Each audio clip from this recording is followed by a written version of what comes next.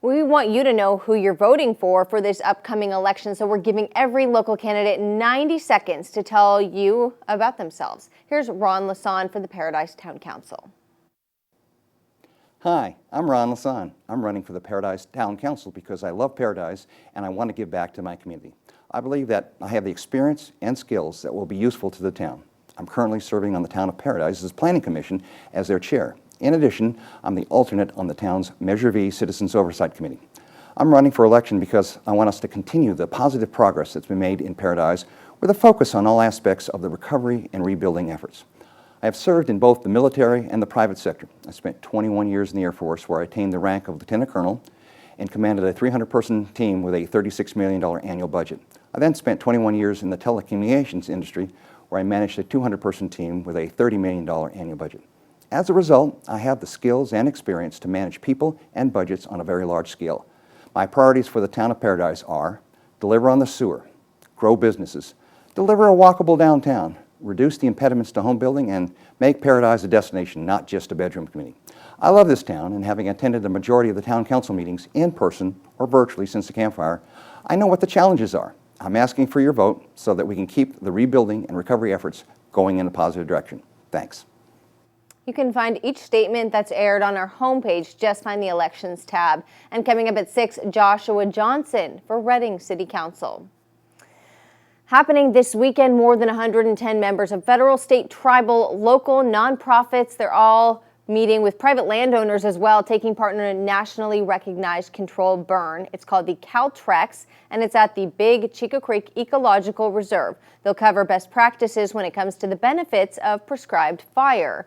And Jason, this should be a good weekend for that, right? We're not looking at any wind out there. Yeah, not too much wind, much like it is right now. It could be slightly stronger, but not much. Right now, everyone has wind less than 10 miles an hour, which is fantastic. The humidity is low, lower than it should be this time of year. Most places between 10 and 35%. For tomorrow, temperatures will still be well above average, mainly lower to mid-90s for the valley, 80s for the foothills, the wind at or below 15 miles an hour, so make sure you're cautious. There is still a lot of dry fuel outside. New at 5:30, the State Water Board just approved a $2.7 billion spending plan with a focus on disadvantaged communities and water resiliency projects. So that includes financial assistance, grants, and loan forgiveness, with $765 million to build or upgrade water and wastewater infrastructure, $55 million to address emerging contaminants in drinking water like PFAS, $120 million to replace lead service lines and connectors. We're also learning more about how Walmart is handling the recent Skimmer scam that turned thousands of shoppers into victims of identity theft.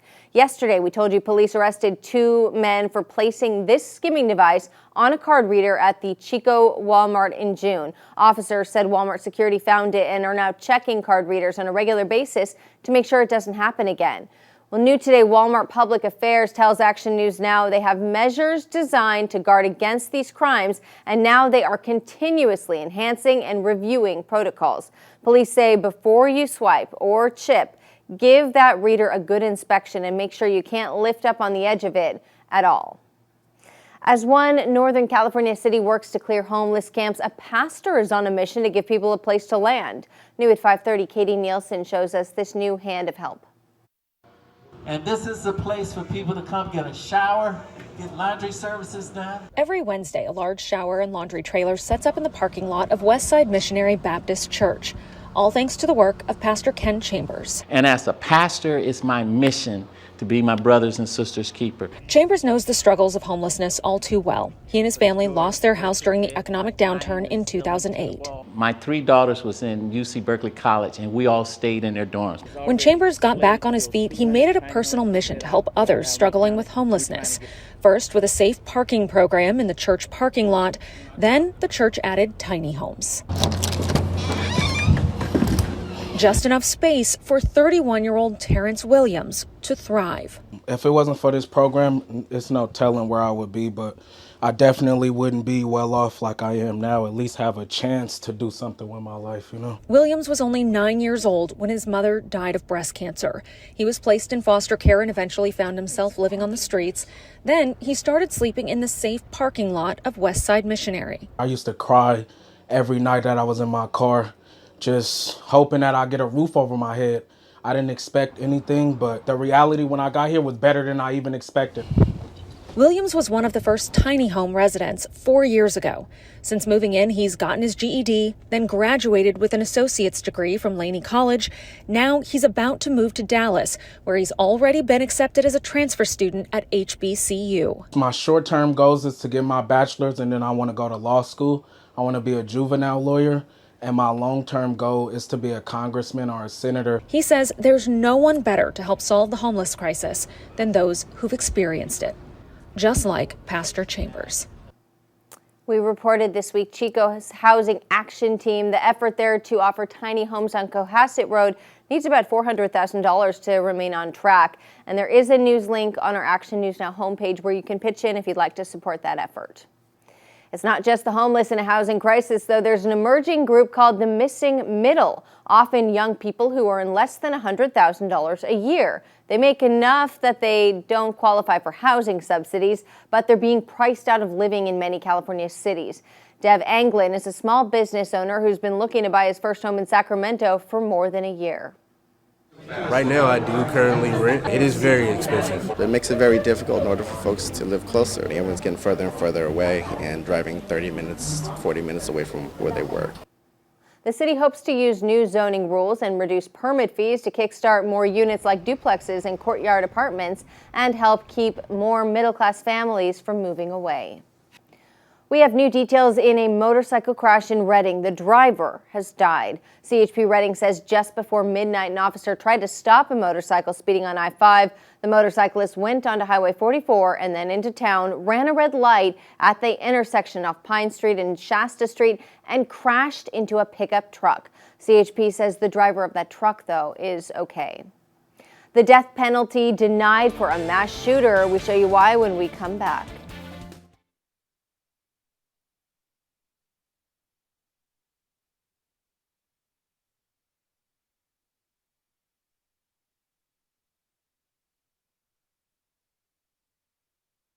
Let's kill that story that you worked on. Yeah. I don't think the reporter who did that story.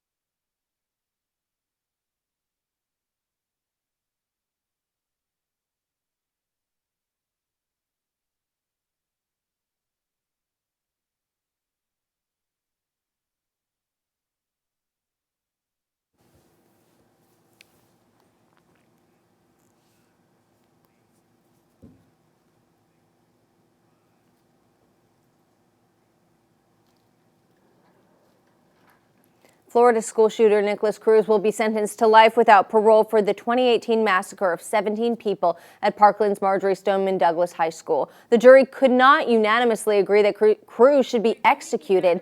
This decision ends a 3-month trial that included graphic videos and photos and testimony from family members. A judge will formally sentence Cruz on November 1st. Florida's governor is easing voting rules for people hit hard by Hurricane Ian. Governor Ron DeSantis issued an executive order that extends early voting and allows voters to cast ballots at any precinct instead of just where they're assigned if they vote on Election Day. Voters can also request mail-in ballots to be sent to addresses other than their homes and cast them at early voting sites right up until Election Day.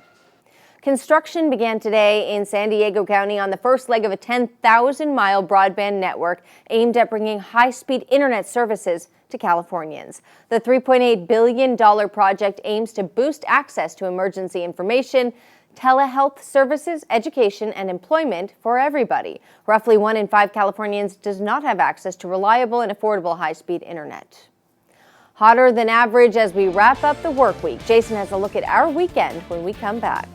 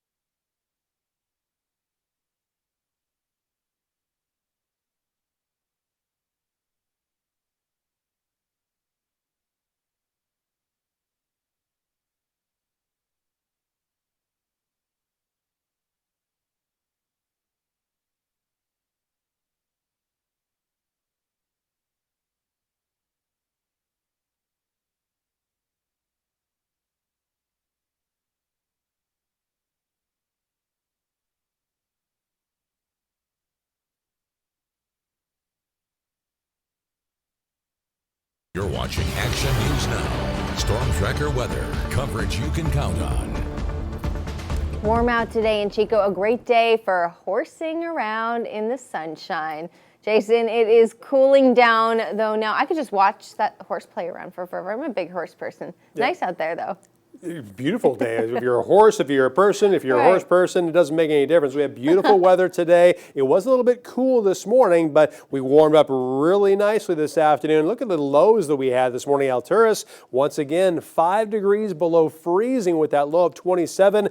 Bernie dropped down to freezing. It was 37 degrees this morning in Chester. Around the valley, it was all 50s, but you can see where we were this afternoon. Alturas went from 27 to 83 today at the 88 degrees for high and Bernie. Bernie for the second straight day. Reading had a high of 100 degrees and also 1 degree away from tying a record just like yesterday afternoon. The high today in Red Bluff was 96. But we don't have any clouds outside. There's a little bit of haze. Thankfully, less haze today than we had yesterday, so it's going the right direction. We're still going to have a lot of clear sky tonight, as well as plenty of sunshine on Friday and a mostly sunny to sunny sky on Saturday. A couple of thin cirrus clouds, but that's really about it. But I've been tracking a trough of low pressure that's going to be moving toward the west coast late Sunday into Monday, and that will finally switch our weather pattern around just enough to have some seasonably milder weather. We're going to have increasing clouds Sunday into Monday, even early Tuesday. I wish we had more chance of or more potential for some areas of rain. Just not going to be in the forecast for us, but it will cool down to seasonable averages by Monday,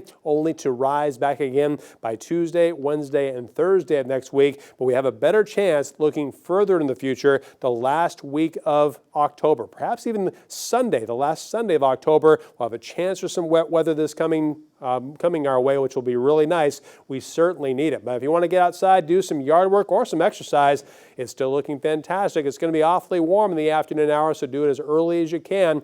We're still going to have some beautiful weather the next several days. Here's your forecast for tomorrow. Sunny, hazy, and continued warm for Trinity and Siskiyou counties, with highs back in the 80s and lower 90s. Another chilly start to the day for the Northeast, but we'll be back in the 80s by the afternoon. A high of 80 in Mineral, 85 degrees for Bernie, and 88 degrees for Shingletown. 83 degrees for high tomorrow in Paradise, up to 77 in Sterling City, also 77 degrees for Butte Meadows, and 78 degrees for high in Cohasset. For the Valley, we'll have lows tonight under a clear sky in the mid to upper 50s. Highs tomorrow will be in the lower to mid 90s. Not quite as hot as today, but still 14 to 15 degrees above average. In the Chico area, we'll also have lows tonight in the 50s. Highs tomorrow in the lower 90s with plenty of sunshine. Then we have some changes coming our way. Partly cloudy Monday and Tuesday in Chico with highs in the lower 80s, but that won't last very long. And for the Reading area, lower to mid 90s tomorrow and Saturday with 80s starting Sunday. Thanks, Jason. The biggest games of the regular season for 4 of our local high school football teams. Sports Director Jenna Fink previews this year's Almond and River Bowls next.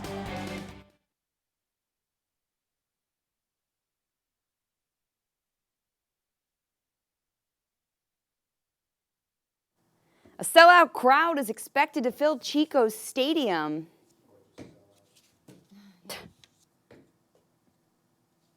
No, I don't like Haley. I don't like her. I'm hygienically sound. She smells. I shower every morning. The 51st Almond Bowl between Chico and Pleasant Valley kicks off tomorrow, Jenna. This is a highly anticipated matchup.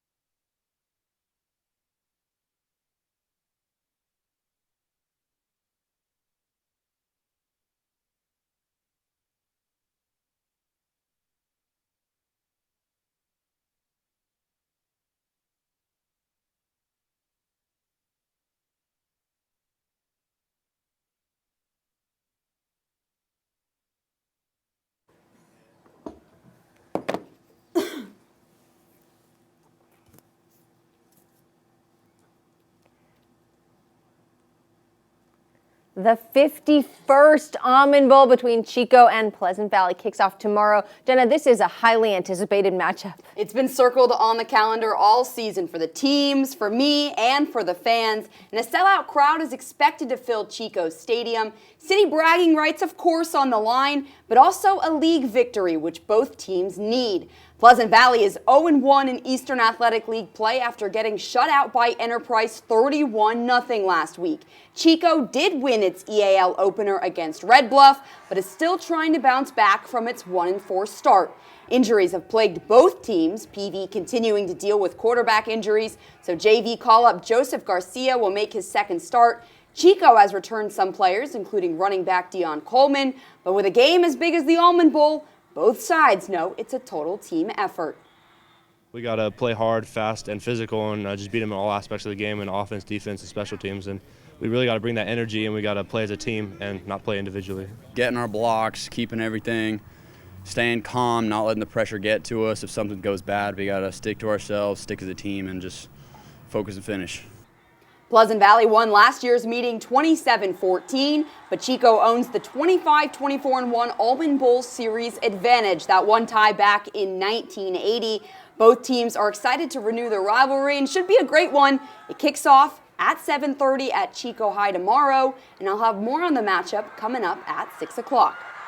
Also happening tomorrow, Enterprise and Shasta battle it out in the 30th River Bowl. The Hornets have the all-time 18-11 advantage over the Wolves. That includes last year's 26-8 victory, the first over Shasta since 2014.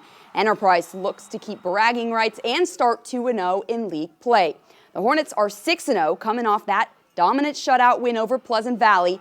Now, Shasta hasn't started the season as strong. The Wolves are 2-4 and 0-1 in league after losing to Foothill. But hey, this is a rivalry game and records are thrown out the window.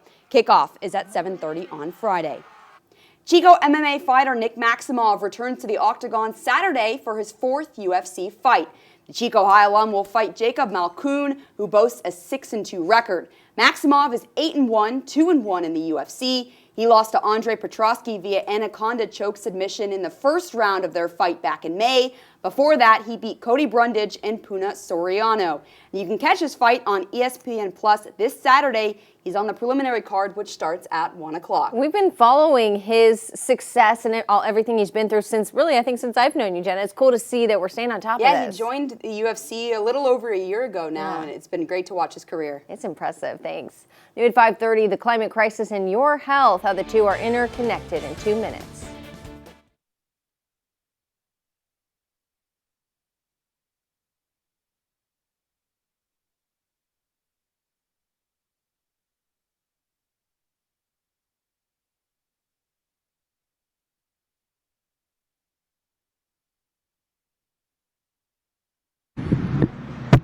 Hi, yes.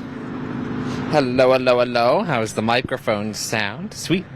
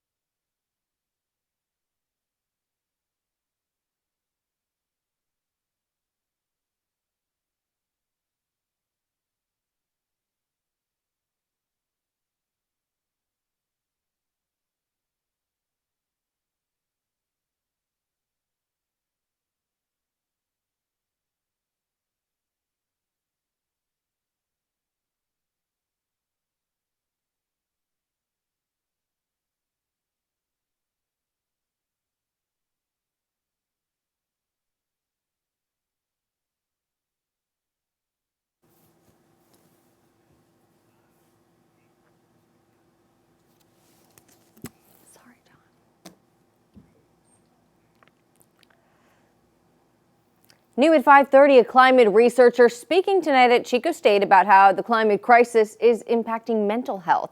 Action News Now spoke with Dr. Britt Ray today about her work and what we can do to fight the stress we feel about the uncertainty of our planet's future. The thing that protects us time and time again, no matter what the tragedy may be, is community. We can prevent traumatization and mental health problems by embedding ourselves in social support, so that is just so key. For some people, they get it through organizing. And the protests themselves are fabulous to do, but it's actually the mechanism of coming together with other people that builds the community that helps people feel better, which is why we so often hear action is the antidote to despair. Something else from Ray, focusing on the things that bring you joy that will help relieve stress. One of the things that relieves my stress is getting out on the water, maybe some wakeboarding. Lake Orville looks pretty nice, Jason, and it's warm out there. It's very warm outside. Temperatures are vastly different, though, around different parts of the valley. Mainly lower 80s around Oroville and Chico, but mid to upper 90s right now around Redding. So on average around the valley, lower 90s, cooling to lower 70s by 10. Sounds better. Stay right here. Action News Now at 6 is straight ahead.